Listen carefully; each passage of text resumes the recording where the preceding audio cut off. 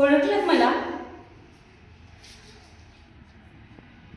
मी सावित्री सावित्री ज्योतिराव फुले, सातारा जिल्ह्यातील खंडाळा तालुक्यातील खंडोजी नेवसे पाटलांची मी कन्या.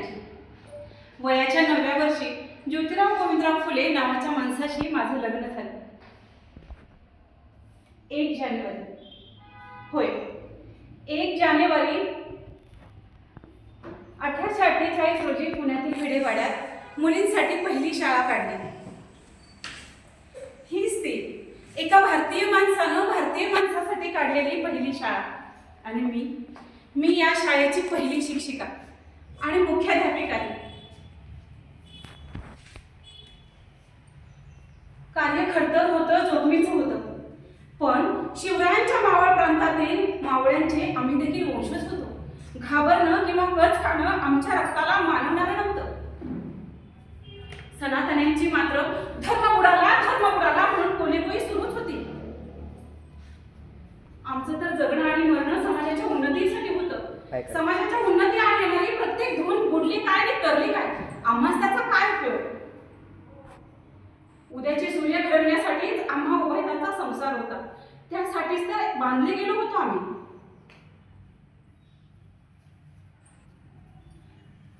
अशी शाळेत शिकविण्यासाठी जात होते. अचानक एक घटिंग माझ्या समोर येऊन उभा राहिला. ए टवळे, कुठे निघालीस? आमच्या पोरींना शिकवणं बंद कर. तुला तुझी आबरू प्यारी आहे की शिकवणं? तो कदाचित विसरला असावा. मी खंडोजी नेवसे पाटलांची कन्या आणि ज्योतिराव फुलेंची पत्नी होते. त्याच्या कानाखाली सनसनीत जाळ काढताच भर दिवसात काजवी चमकले त्याच्या डोळ्यापुढे. त्या क्षणी त्याला सुनावलं, आज समोर आलास, तुझा थोबाड फुटले. पुन्हा जर माझ्या समोर येशील तर तुझ्या रक्तानं धरती लागेल. तसा कसा बसा सावरत तो तेथून निघून गेला. माझ्या आबरूची बेआबरू झालेली पाहण्यासाठी मोठ्या आशेने आलेल्या बघ्यांची गर्दी देखील तिथून निघून गेली. आजपर्यंत माझ्या अंगावर शेण फेकलं, मी सहन केलं. मला दगड मारले, शिव्या दिल्या, मी गप्प राहिले. पण माझा हात धरून मला दम देतो. आज मात्र माझ्या सहनशीलतेचा अंत झाला होता.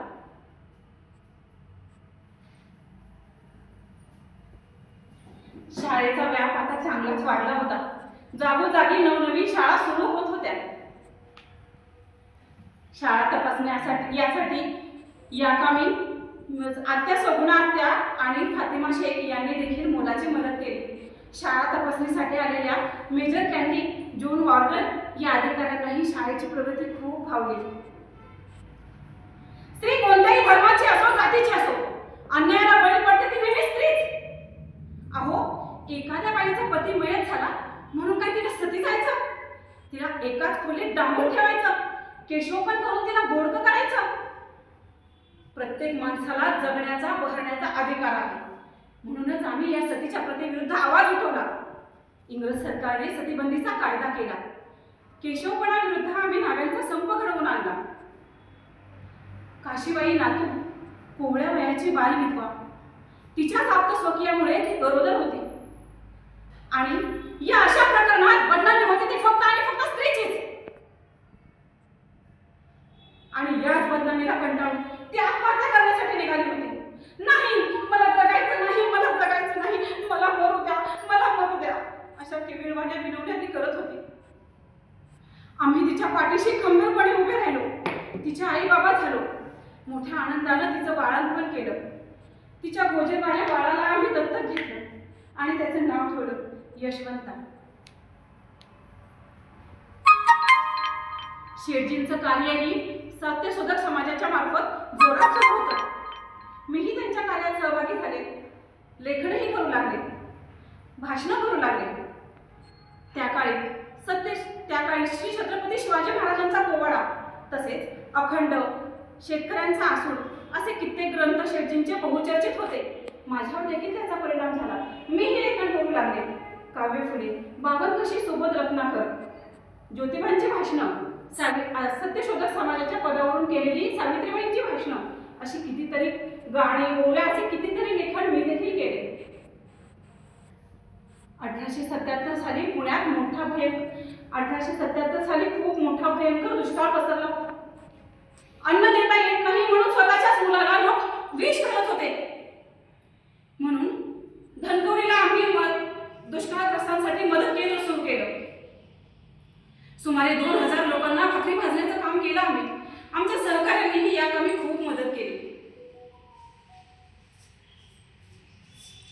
शेठजींची प्रकृती आता हळूहळू बिघडू लागली होती. अर्धांग वायूने त्यांची उजवी बाजू पार निकामी करून टाकली होती. तरीही त्याही परिस्थितीत सत्यशोधक सत्यधर्म समाज हा त्यांनी ग्रंथ डाव्या हाताने लिहून पूर्ण केला. आणि अखेर 28 नोव्हेंबर 1890 रोजी शेठजी आम्हाला सोडून गेले.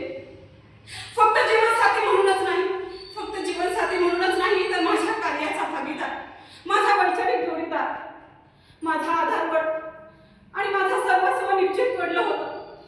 50 वर्षांची सोबत संपली होती.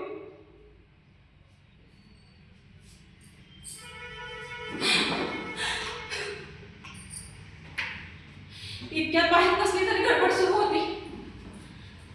प्रेताला खांदा कोणी द्यायचा, टिटवे कोणी धरायचे, अग्नी कोणी द्यायचा यावरून महादेव आणि सत्वा तावातावाने बोलत होते. यशवंत आमचा मुलगा नाही, आमच्या रक्ताचा नाही. हे ऐकताच काही परिस्थितीत मी बजावून सांगितलं, यशवंत हा आमचा मुलगा आहे, आमचा मुलगा आहे. मुलगा म्हणून सर्व कार्य यशवंतच करेल, दुसरा कोणीही करणार नाही, दुसरा कोणीही करणार नाही असे म्हणत टिटवे यशवंताच्या हाती देत आम्ही दोघे प्रेतयात्रेच्या पुढे पुढे चालू लागलो. हजारोंच्या संख्येने लोक प्रेतयात्रेत सहभागी झाले होते. मुठा नदीच्या काठी पार्थिवाला अग्नी देखील आम्ही दिला.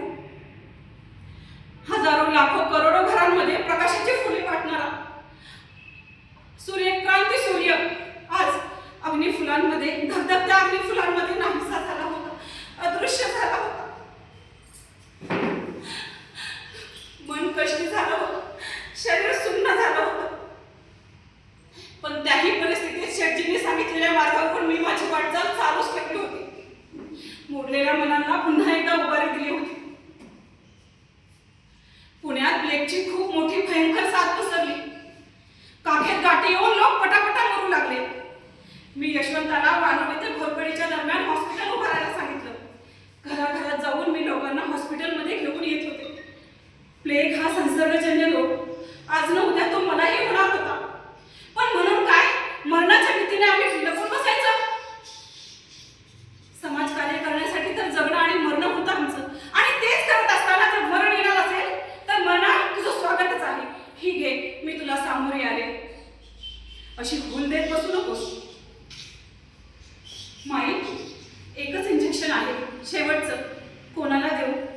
यशवंताचा प्रश्न होता. मी म्हणाले, यशवंता या लेकराला दे. अरे माझं काय, मी वडलेलं झाड आज न उद्या कोसळणारच. माझ्या यशवंतानं माझी ती शेवटची इच्छाही पाळली, माझी ती आज्ञाही पाळली. अश्रूने डबबलेले